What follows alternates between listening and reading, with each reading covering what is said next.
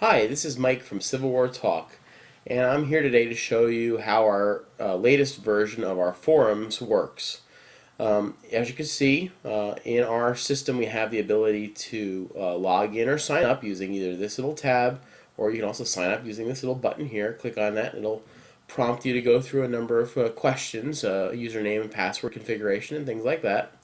If you just want to log in, you can click on this little link here and it'll allow you to log into your account or actually create one at this point. So I'm going to log into the system here as Mr. Smith, and if I haven't created an account yet, I can say no, I want to create an account and sign up.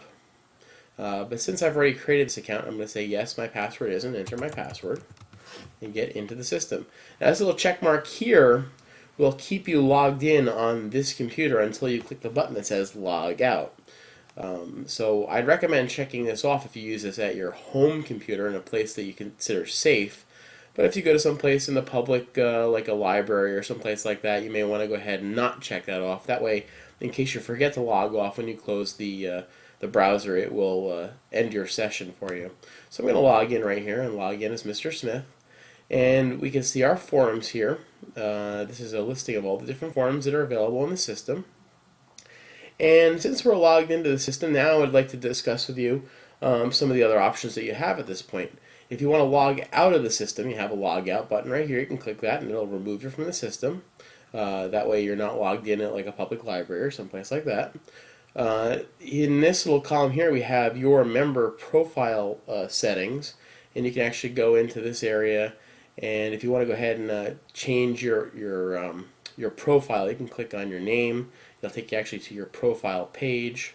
You'll see your profile picture is in this spot, although it's right now there's nothing here. Let's actually add an avatar. Just click on that little avatar photo, the question mark, and you're able to add a file from your hard drive, any photo that you take with this little choose file button.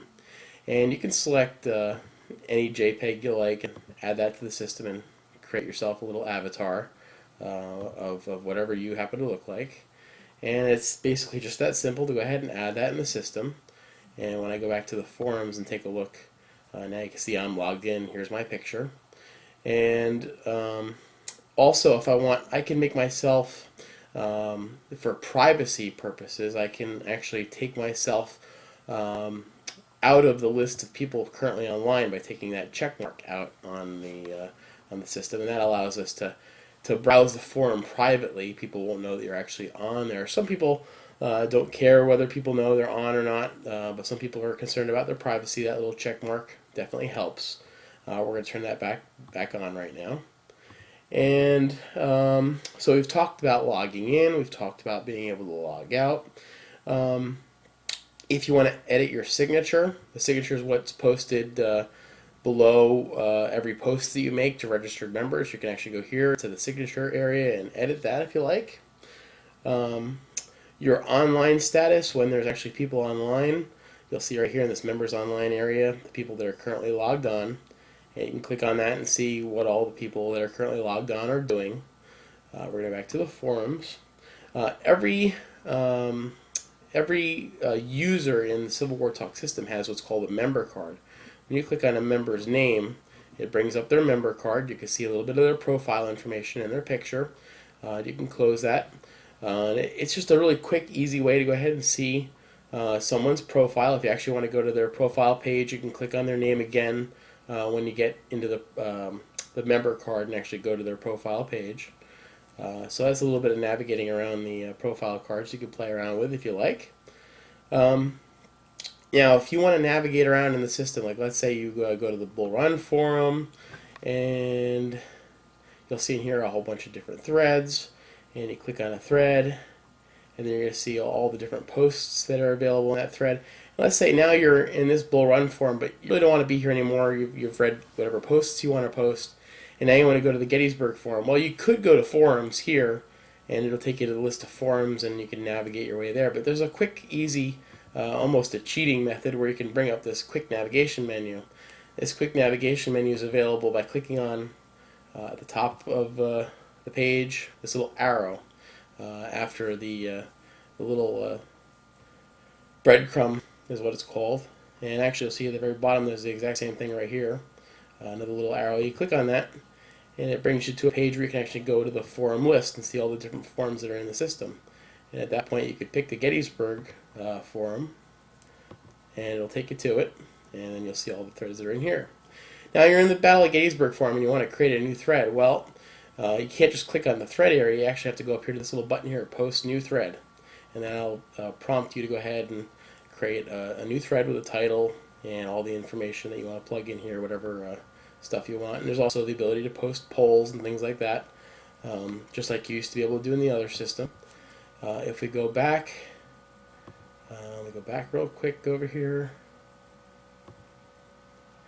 and if I scroll down to the bottom, you'll see another Post New Thread button.